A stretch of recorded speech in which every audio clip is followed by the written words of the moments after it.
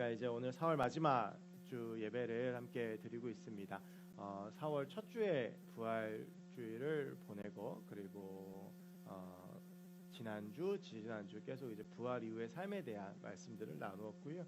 오늘은 이제 그 세 번째 시간을 가지려고 합니다. 그래서 오늘까지 해서 부활 이후에 첫째, 둘째, 셋째 주에 애프터의 삶에 대해서 나누고 있는데, 우리가 이제 지난주하고 지난주에 사도행전 말씀을 함께 나누었습니다. 여러분 혹시 그 지난주하고 지난주 말씀 생각하면 떠오르는 사람이나 혹시 떠오르는 사람의 이름 있으십니까?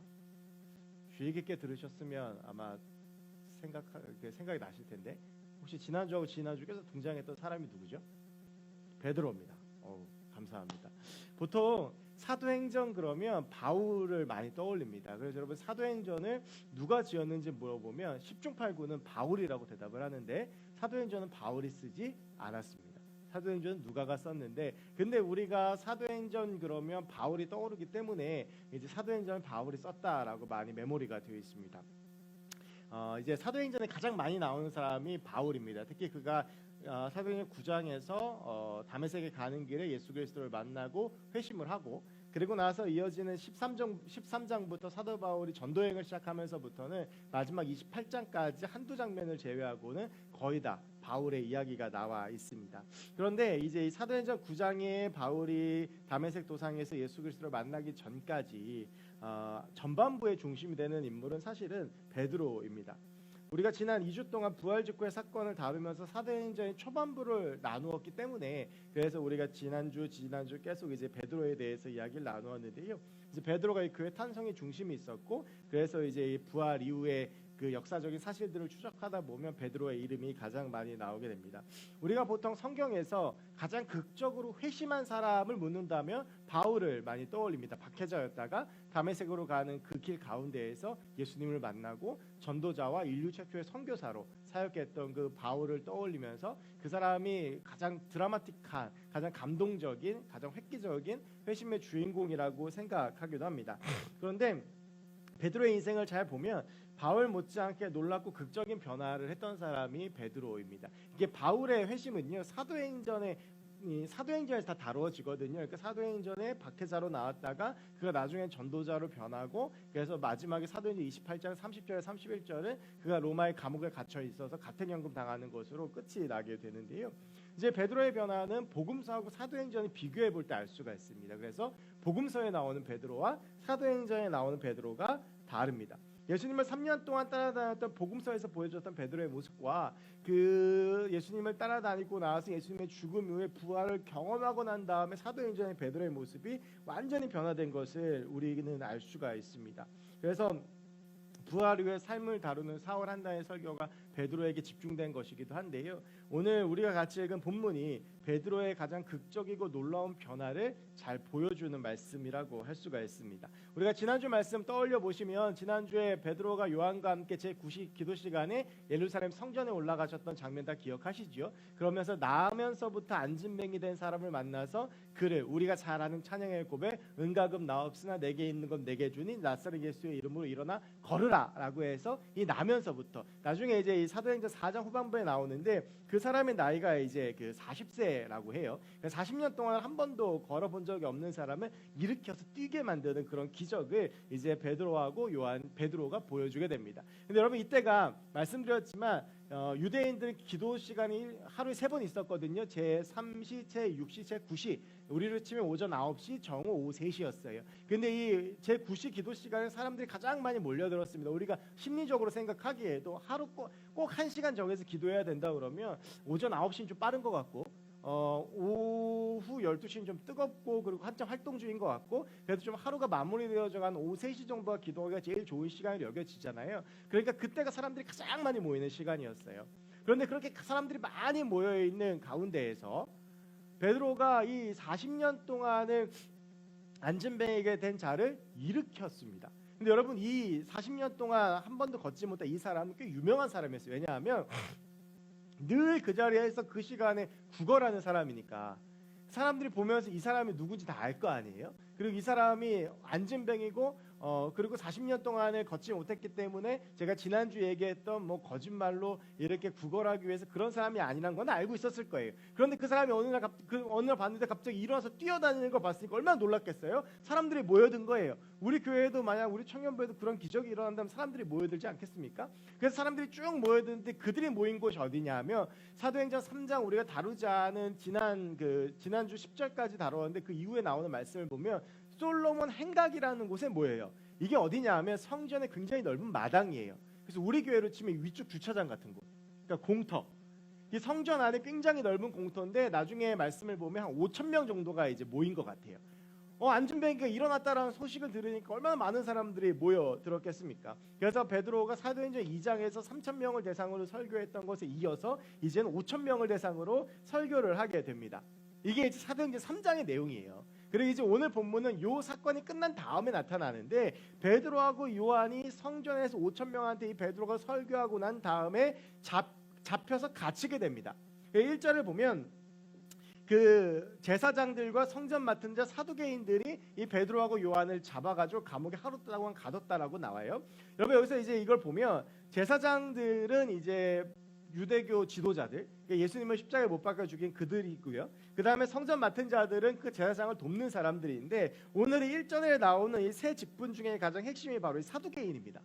이 사두개인은요 바리새인들하고 비교가 됩니다. 그러니까 둘 다 유대교의 지도자 그룹인 건 마찬가지, 똑같아요. 근데 흔히 바리새인은 종교의 지도자, 사두개인은 뭐 정치적인 지도자라고들 흔히 쉽게 분류를 합니다만 바리새인들과 사두개인들의 가장 결정적인 차이는 여기에 있습니다. 둘 다 굉장히 독실한 유대교 신자들인데 바리새인은 부활을 믿고 사두개인들은 부활을 믿지 않습니다. 그러니까 이 바리새인들은 예수님을 십자가에 못 박혀 죽었지만 부활을 믿었어요. 단지 이들은 예수를 믿지 않았을 뿐이에요. 예수님이 하나님의 아들이란 것만은 그거는 안 믿었던 거예요. 근데 이들은 여전히 지금도 메시아를 기다리고 여전히 부활을 기다리고 있어요. 이게 지금 현재 유대교인들이에요. 사두개인들은 이와 반대로 부활 자체를 부정을 했어요. 부활은 있을 수가 없다.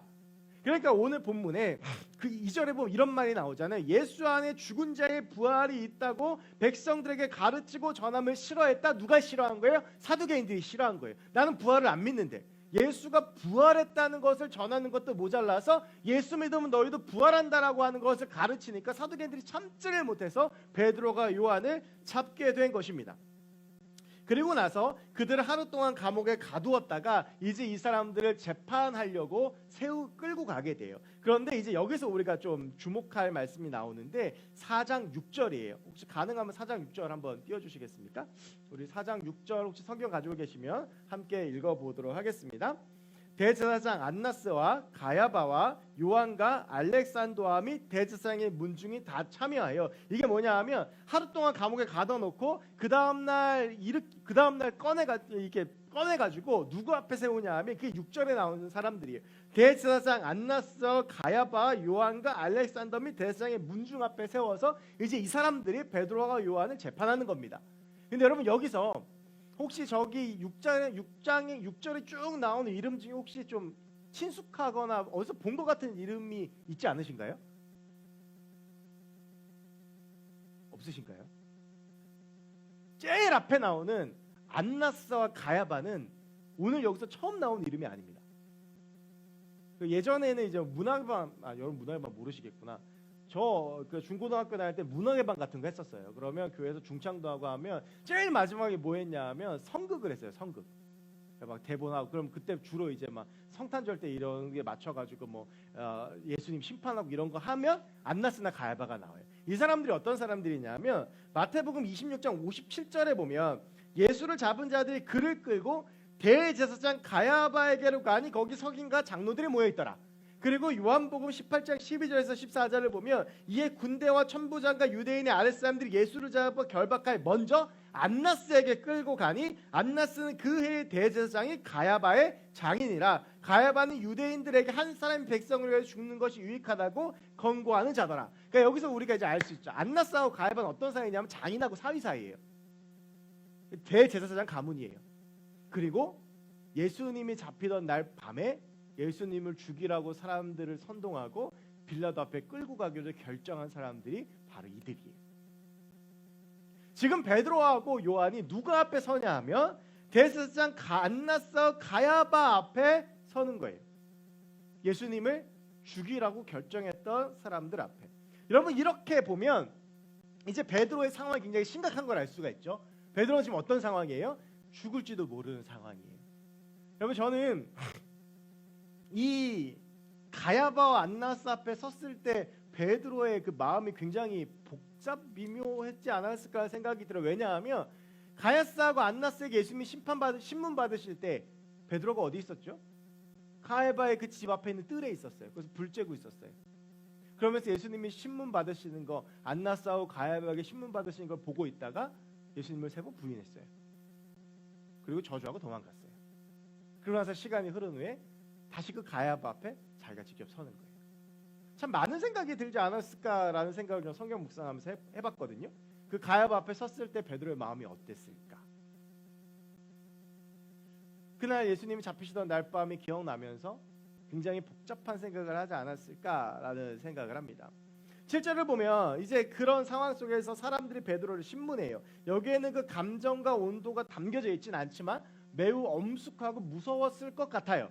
그리고 이게 인간적으로 보면 예수님을 죽였던 그 무리들이기 때문에 진짜 죽을 수도 있겠다라는 생각이 들 수 있는 상황인 것 같아요. 여러분 만약에 복음서의 베드로가 이런 상황에 놓였다면 어떻게 했을까요?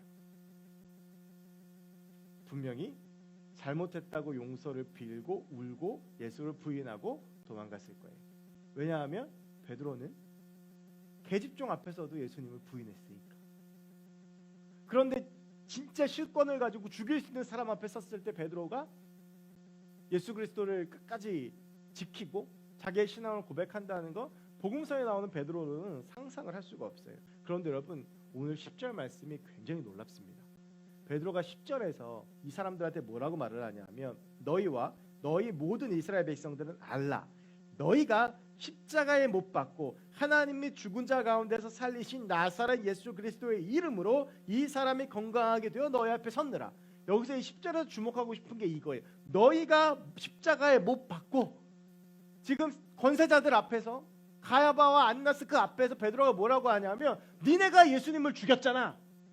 너희가 그 십자가에 못 박아 죽였는데 하나님이 그분을 부활시키셨어라고 고백을 하고 있는 거예요. 여러분 이게 복음서 뒤에서 그 부인하던 베드로와 같은 사람이 맞나라는 생각이 들 정도로 완전히 뒤바뀐 모습이에요.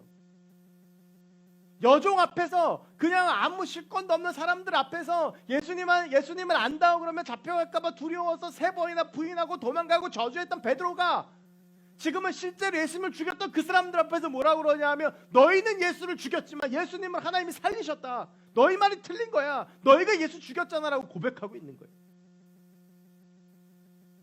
복음서와 사도행전은 바로 연결되어져 있지만 그 연결되어져 있는 그 시간의 공간 속에서 베드로가 전혀 다른 모습으로 변한 거예요. 이 당당한 베드로의 모습에 사람들이 놀라요. 근데 속으로 부글부글 끓죠. 근데 어떻게 할 수가 없어. 왜? 지금 베드로가 나면서부터 안진뱅이 된 사람을 고치는 걸 5,000명이 봤잖아요. 지금 여기서는 베드로를 죽일 수 있는 명분이 없어요. 그래서 어떻게 하지 고민을 하다가 어떻게 하냐 하면 뒤에 읽진 않았지만 뒤에 이어지는 말씀을 보면 불러가지고 이번에 한번 너희 풀어줄 테니까 다시는 부활 이야기 하지 마. 다시는 예수 이야기 하지 마라고 이야기를 합니다. 그런데 그 경고를 들은 베드로의 반응이 이래요. 4장 19절인데 베드로와 요한이 대답하여 이르되 하나님 앞에서 너희 말을 듣는 것이 하나님의 말씀을 듣는 것보다 옳은가 판단하라. 우리는 보고 들은 것을 말하지 아니할 수 없다. 야 니네 이제 조용해. 너 이런 얘기해. 쉽게 말하면 니네 조용해. 니네 자꾸 이런 식으로 예수를 전하고 이단의 사상을 전파하고 그래서 자꾸 이렇게 하고 다니면 니네 진짜 죽어. 한 번만 풀어줄 테니까 니네 조용히 하고 다녀. 그랬는데 베드로가 어떻게 하냐 하면 우리가 하나님 앞에서 옳다고 생각하는 걸 말하지 않을 수 없다. 내가 보고 들은 거가 있는데 어떻게 내가 입을 다물고 있냐라고 말하는 거예요. 여러분 제가 오늘 이 말씀 가운데에서 주목하고 함께 보고 싶은 것은 뭐냐 하면 이 베드로의 바뀌어진 모습이에요. 그렇게 두려움이 많고 부끄러워하고 예수를 부끄러워하고 부인하고 계집종 앞에서도 머리 숙이고 도망갔던 그 베드로가 사람들 앞에서 당당하게 예수 그리스도를 고백하고 자신의 신앙을 고백하고 있습니다. 그 모습을 보고 21절을 보면 많은 사람들이 하나님께 영광을 돌렸다라고 되어져 있습니다. 여러분, 저는 우리에게 묻고 싶습니다. 우리에게 복음은 어떤 의미입니까? 더 직접적으로 묻는다면 여러분은 복음 그리고 내가 교회에 다닌다는 사실이 자랑스러우십니까? 아니면 부끄러우십니까?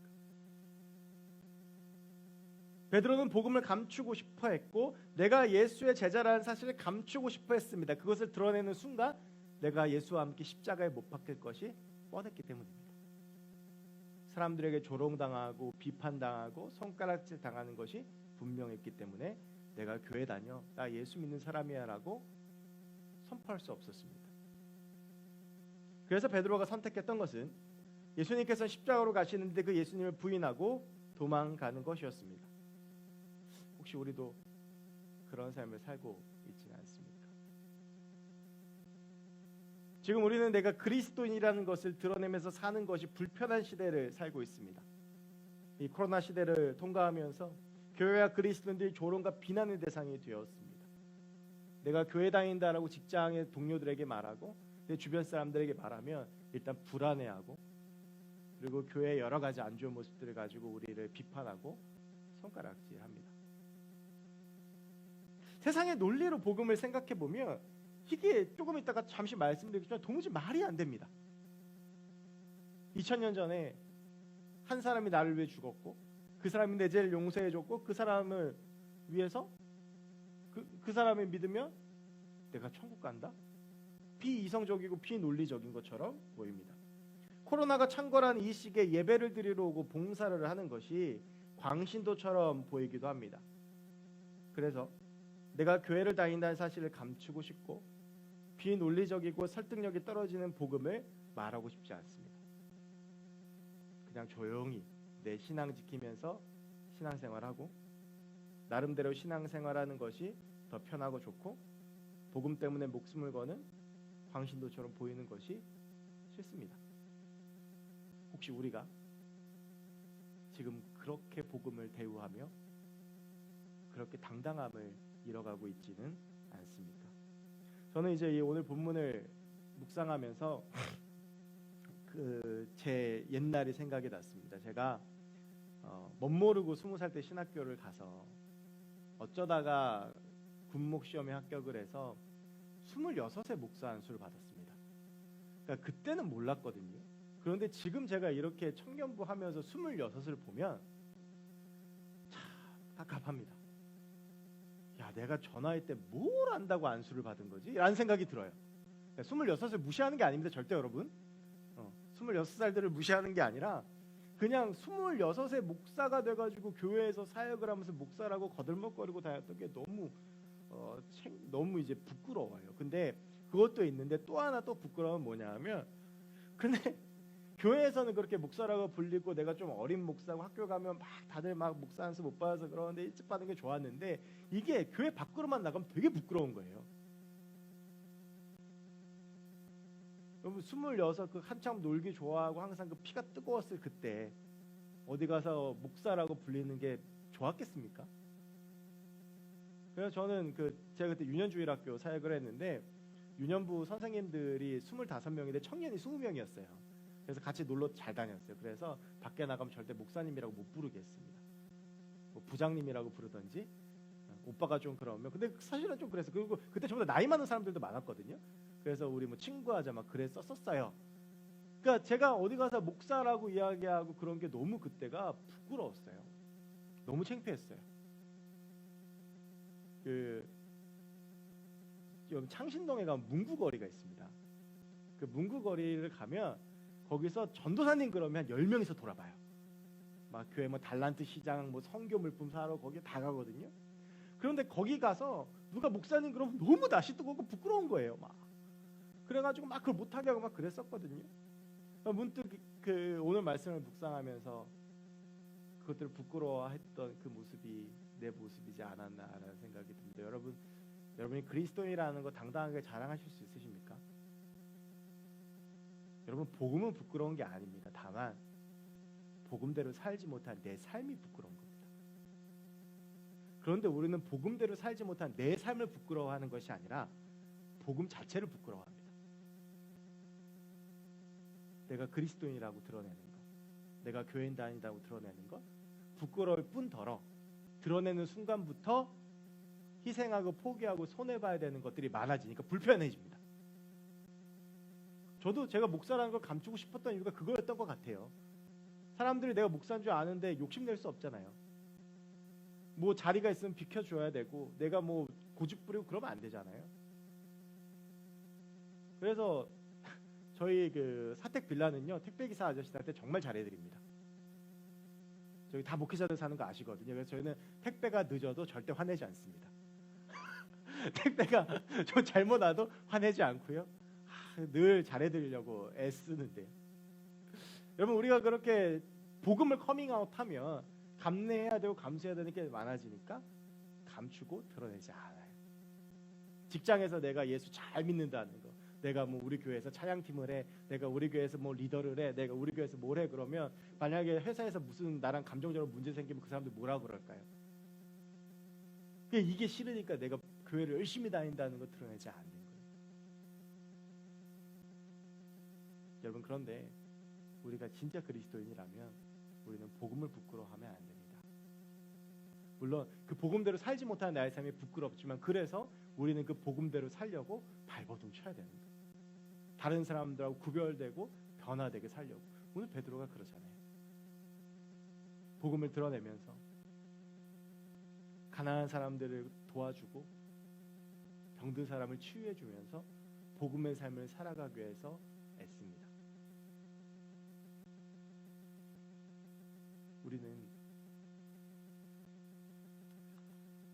복음을 부끄러워하지 않고, 하나님이 우리를 부끄러워하지 않으시는데 우리는 하나님을 부끄러워하는 거예요. 사실은 진짜 부끄러워야 될 분은 누굽니까? 하나님 부끄러워하셔야죠. 그런데 하나님 우리를 절대 부끄러워하지 않으세요. 우리를 자녀라고 생각하세요. 그런데 우리는 그 하나님을 부끄러워해요. 여러분, 부모가 제일 슬플 때가 언제냐 하면 자녀가 나를 부끄러워할 때예요. 우리 예영이가 11살이 됐잖아요. 얘가 이제 조금씩 저랑 둘이서 어디를 가는 걸 어색해하기 시작했어요. 얘가 꼭 이제 학원을 가면 아빠한테 전화해서 아빠 나 좀 데려다줘 했는데 그 전화가 안 온 지가 4달 됐어요 지금. 그래서 제가 진지하게 물었어요. 왜 그러니? 그랬더니 엄마한테 그랬대요. 어색하다고. 남자랑 둘이 가는 게. 그 말을 듣는데 가슴이 얼마나 무너지는 줄 아세요? 여러분, 우리가 하나님을 부끄러워하는 거, 복음을 부끄러워하는 거 정말 하나님 마음 아프셔요. 우리를 위해서 모든 걸 주신 분이신데 여러분, 우리 복음 부끄러워하지 맙시다. 물론 복음대로 살지 못한 나의 삶이 부끄러울 수 있는데 그럴 때는 우리가 복음을 선포하면서 내 삶을 그렇게 맞춰가야 되는 거예요. 내가 그리스도인인 거, 내가 하나님의 사람인 거 부끄러워할 이유가 전혀 없습니다. 그 가운데 오는 희생이 있고 손해가 있고 버려야 되는 것들이 있다면 그것들을 감내할 때 하나님께서 갚아주시고, 하나님께서 오늘 21절을 보면서 오히려 베드로가 그렇게 당당하게 복음을 선포할 때 주변에 있는 사람들이 하나님의 영광을 봅니다. 제가 놀라운 걸 발견했는데요. 그리스도인이라고 욕하는 사람들의 그 이면에는 뭐가 있냐 하면 그리스도인에 대한 기대가 있어요. 기대가 없는 사람은 욕도 안 해요. 물론 이것도 저것도 다 싫어서 무조건 욕하는 사람들도 있긴 합니다만 많은 사람들은 기대가 있어요. 그래서 정말 진짜로 살아가는 그리스도인들을 만나면 인정해요. 어쩌면 우리 주변의 사람들이 그런 그리스도인들을 찾고 있는지도 몰라요. 저는 우리가 복음 앞에서 당당하고 그렇게 복음을 드러낼 수 있는 하나님의 사람들이 되었으면 좋겠습니다. 오늘 이제 이 부활절 이후의 삶에 대해서 이야기를 하면서 마지막으로 주목하고 싶은 것은 12절 말씀인데 4장 12절에 이렇게 되어져 있어요. 다른 이로서는 구원을 받을 수 없나니 천하 사람 중에 구원을 받을 만한 다른 이름을 우리에게 주신 일이 없습니다. 여러분, 이 말씀에 대해서 어떻게 생각하세요? 이 말씀이 흔히 말하는 기독교의 배타성을 잘 드러내는 말씀이에요. 이 말씀을 이야기를 하면 많은 사람들이 왜 너희한테만 구원이 있다고 말하냐, 왜 기독교만 아니면 안 된다고 말하냐라고 끊임없이 질문하는 질문이기도 합니다. 여러분 이런 질문 받으면 어떻게 대답하시겠습니까? 오늘 이 베드로의 고백인 4장 11절 말씀을 어떻게 해석하고 어떻게 바라보시겠습니까? 여러분 이 말씀 이해가 되십니까? 근데 분명한 것은 뭐냐 하면 우리가 믿는 믿음 안에서 이 말씀은 진리라고 하는 거예요. 변하지 않는. 예수 그리스도 외에는 다른 것이 우리에게 구원을 줄 수 없는 것은 결정된 것인데, 근데 우리의 논리가 그거를 이해를 하질 못해요. 그걸 이해하지 못하니까 설명이 안 돼요. 그럼 이걸 이해하려면 어떻게 해야 되느냐? 두 가지의 측면이 있어요. 하나는 지적인 측면이에요. 여러분 이 말씀을 이해하고 복음을 제대로 이해하고 진리를 이해하려면 성경을 잘 아셔야 돼요. 근데 우리는 신앙생활을 어떻게 하냐 하면 남의 것 가지고 신앙생활해요. 그러니까 남이 성경을 연구해서 이야기해 주는 것, 남이 해석해서 들려주는 것, 남이 써놓은 글, 이런 것들을 가지고 신앙생활을 하지, 내가 진짜 성경을 가지고 연구하고 고민하고 치열하게 나누는 그런 나눔들이 점점점 사라지고 그런 시간들이 사라져요. 그러니까 여러분 한번 진지하게 스스로에게 고민해 보세요. 내가 복음을 이해하지 못한다고 말할 정도로 열심히 성경을 읽어봤나? 내가 정말 이 진리와 이 논리가 이해되지 않는다고 말할 정도로 이 진리와 논리를 붙잡고 씨름을 해봤나? 여러분 베드로의 사도행전 2장과 3장의 설교를 보면 놀라운 것은 굉장히 논리적이에요. 그러니까 그냥 부활한 예수님이다라고 얘기하는 것이 아니고 굉장히 그 구약 성경부터 시작되는 역사적인 배경과 그리고 그 속에서 드러나는 하나님의 구속사적인 관점에 대해서 끊임없이 이야기를 하다가 마지막에 결론적으로 예수를 증거를 하는 거예요. 신앙은요, 지적인 것이 함께 가야 돼요. 그런데 우리는 이 지적인 활동을 하지 않으려고 해요. 성경을 읽지 않아요? 성경을 공부하지 않아요? 그러니까 여러분 당연히 이해가 안 되는 거예요. 이 진리가 이해가 안 되는 거예요. 공부를 안 한 사람은 수학 문제를 못 풀어요. 저희 딸이 지금 초등학교 4학년 수학을 공부를 하는데 충격을 받은 건 제가 못 하겠더라고요. 못 풀겠어요. 되게 어려워요 요즘. 근데 놀라운 건 제가 국어는 풀면 다 맞아요. 왜? 초등학교 4학년 국어 다 맞췄다고 자랑하는 건 아닌데 지금도 저는 끊임없이 글을 읽고 뭐 이렇게 레포트를 쓰고 하는 일들을 하잖아요. 그러니까 4학년짜리 글을 보면 쉬워요. 근데 수학은요, 놓은 지가 23년이 됐어요. 왜냐하면 고1 때부터 났기 때문에 대학교부터가 아니라 그때부터 났기 때문에 봤는데 방정식을 못 풀, 근해 공식도 기억이 안 나. 왜? 내가 이거에 대한 지적인 활동이 없으니까 진리가 있는데 이해가 안 되는 거예요. 진리가 잘못된 게 아니라 그 진리를 탐구하지 않는 나에게 문제가 있는 거예요. 그래서 우리가 이 말씀이 믿어지지 않는 건 이 말씀에 대한 충분한 씨름이 없기 때문이라고 저는 생각을 해요. 그래서 여러분이 말씀을 붙들고 충분히 씨름해야 되고, 그게 안 되면 모여서 같이 이야기하는 거예요. 모여서 같이 성경에 대해서 이야기하고 같이 함께 토론해보고, 그런 게 제자반이고 또 그렇게 청년들끼리 모여서 그런 영적인 교제 나눔들이 우리 안에 있어야 되는 거예요. 또 한 가지는, 그런데 중요한 건 뭐냐면 이런 지적인 추구가 우리의 신앙을 절대 완성해주지 않아요. 여러분 신은 죽었다라는 말씀 들어보셨죠? 이 신은 죽었다라는 명제를 남긴 사람이 아주 유명한 철학자 니체예요. 이 니체가 처음부터 무신론자가 아니었어요. 끊임없이 신에 대해서 탐구하고 철학을 공부하다가 이가 내린 결론이 뭐냐면 신은 죽었다예요. 제가 신학교에 처음 들어갔을 때 우리 교수님들이 제일 많이 하셨던 말씀이 뭐냐면 신학은 절대 도서관에서 완성되지 않는다였어요. 신학은 도서관을 거쳐 기도실에서 완성된다라는 말이었어요. 여러분 오늘 이 베드로에게 나타난 이 일 중에서 4장 8절에 이런 말이 나와요. 이에 베드로가 성령이 충만하여 이르되, 여러분 베드로가 복음서를 기점으로 바뀌었다고 제가 계속 말하는데 이 복음서와 사도행전 그 사이에 있어서 베드로에게 일어났던 가장 결정적인 사건이 뭐였냐면 마가의 다락방 성령 충만 사건이에요. 우리의 지적인 탐구를 완성시켜주고 그걸 믿어지게 해주는 건 성령의 역사하심이에요. 그래서 여러분 우리가 정말 제대로 믿으려면 말씀에 대한 치열한 연구와 그리고 이 교리와 또 말씀에 대해서 우리가 치열하게 연구하면서 함께 기도해야 돼요. 예배해야 돼요. 성령 충만해야 돼요. 그럴 때 우리가 믿어져요. 이해가 돼요. 그럴 때 성경 말씀이 내 안에 들어오고 그럴 때 이 성경 말씀들이 이해가 되어져 가요. 기도 없으면 성경 말씀이 어제도 이제 잠깐 청년들하고 얘기하다가 했는데 사도행전 9장하고 사도행전 22장에 얘기하는 바울의 회심 장면이 달라요. 물론 이걸 해석을 하려면 역사적으로도 봐야 되고 성경 원문도 봐야 되고 원어도 봐야 되고 하면서 또 그 가운데에서 내 신앙을 위해서 기도하고 이런 모든 작업들이 있을 때 그게 내 안에서 소화가 되어져 가는 거예요. 근데 우리가 이런 작업들이 전혀 없어요. 그리고 들리는 걸 듣고 믿어지느냐 안 믿어지느냐로 평가해요.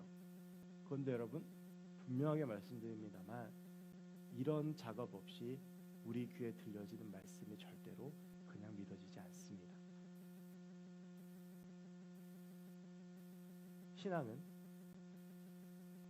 신앙의 길은 이것들을 꾸준히 수행해 나가면서 하나님 앞에서 내가 점점 서가는 과정입니다. 저는 우리 저를 포함한 우리 모두가 하나님 앞에서 치열하게 믿었으면 좋겠어요. 치열하게 말씀 보고 치열하게 말씀 연구하고 치열하게 말씀 씨름하고 그러면서 같이 기도하면 저는 그때 우리 교회가 우리 새청이 초대교회와 같은 귀한 교회가 될 줄로 믿습니다. 그리고 저는 우리 새청이 그렇게 초대교회가 되어서 살아있고 생명력 있고 운동력 있고 하나님께 영광 돌리는 그런 공동체가 되었으면 좋겠습니다.